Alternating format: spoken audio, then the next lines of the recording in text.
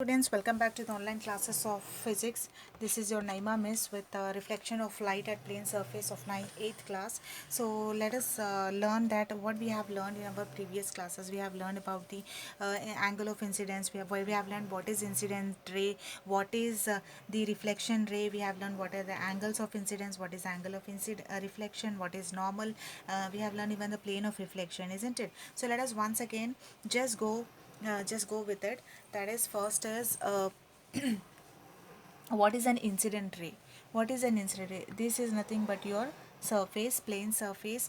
Incident ray is nothing but whatever light is coming and contacting the plane surface is nothing but ray, incident ray.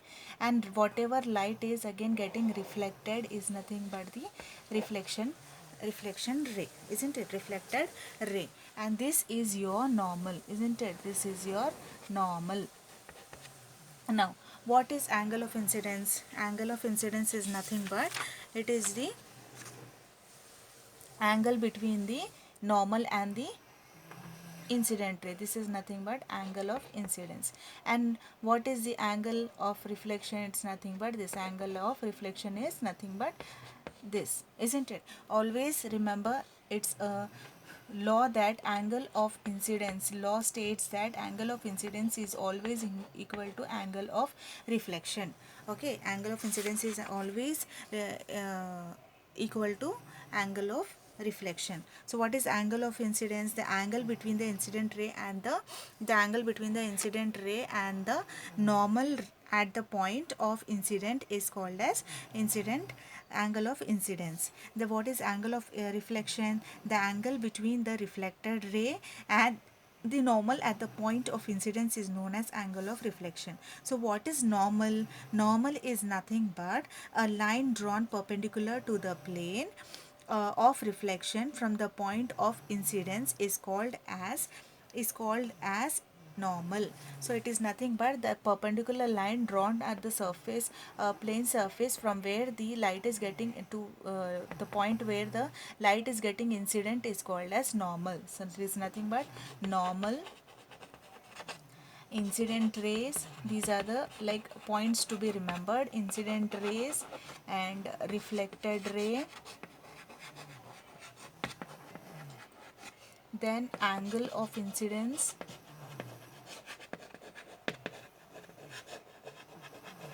then angle of reflection.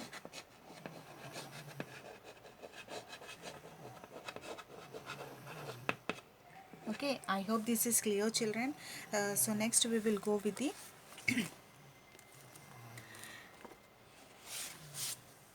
lesson. Okay, so let us recall some of them. As I said already, let us recall: a source of light, an opaque object, and a screen are needed to form the shadow, isn't it? To form a shadow, what do we need? We need some light and we need some object and a screen with a which is showing the shadow. Then always remember that light travels in a straight line, isn't it? Light travels in a straight line. It always travels in a straight line. Yes. Then when light gets reflected from a surface, the angle of reflection is equal to the angle of incidence. Okay, when light gets reflected from a surface, the angle of incidence is always equal to the angle of reflection. The incident ray, the normal at the point of incidence, and the reflected ray all the lie in the same line, isn't it? See, like whenever you must have observed the shadows and the images in your daily life, right? You don't get a doubt that how the shadows and the images, all these come and fit in the big buildings. They all come and fit in the mirror. How do they come and fit in the mirror? You don't get a doubt like how this happens, isn't it? So these all things we are going to learn here in this lesson. We are going to learn about reflection of light on the plane surface in detail, so that we can answer all the above questions what we are getting in our mind. So let us do some activity. In your previous classes that you have learned about how to prepare the pinhole, right? How to prepare the pinhole camera, isn't it? So here we will just imagine about that, and we'll start reading. We'll start to manipulate that pinhole camera. Let us see what is going to happen. we have observed the picture like in pinhole camera, right? So if we are just going to do some modifications here, and we are going to increase the size of the pinhole camera, then what is going to happen? So we can see that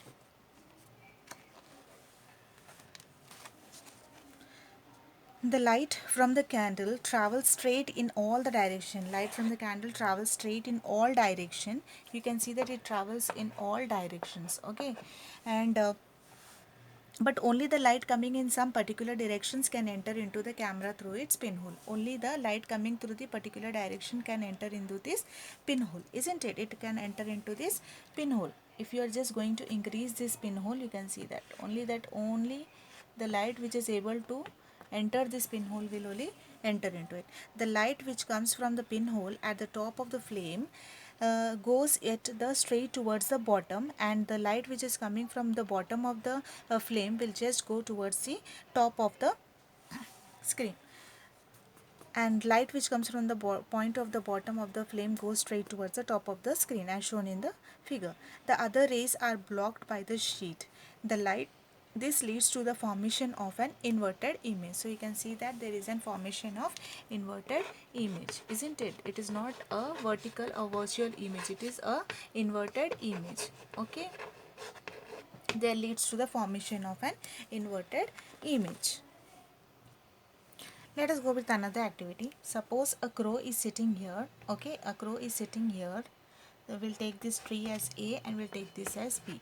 So a crow is sitting on a tree A, and here some grains are visible. Okay, some grains are there. Now a crow should take a speed in such a way that it should take up the pick up the grain and move faster to the B, isn't it? How this is going to happen?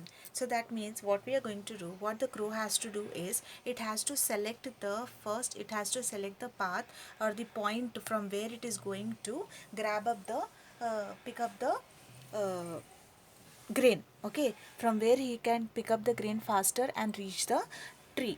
Okay, it is going to reach the tree fast, so he has to select the point in such a way that where he is going to select the tree. Suppose one of the grain is here at C, one of the grain is here at D, one of the grain is here, will mark it as E, and one of the grain is here, will mark it as F. Okay, so he has to select such a grain that uh, he can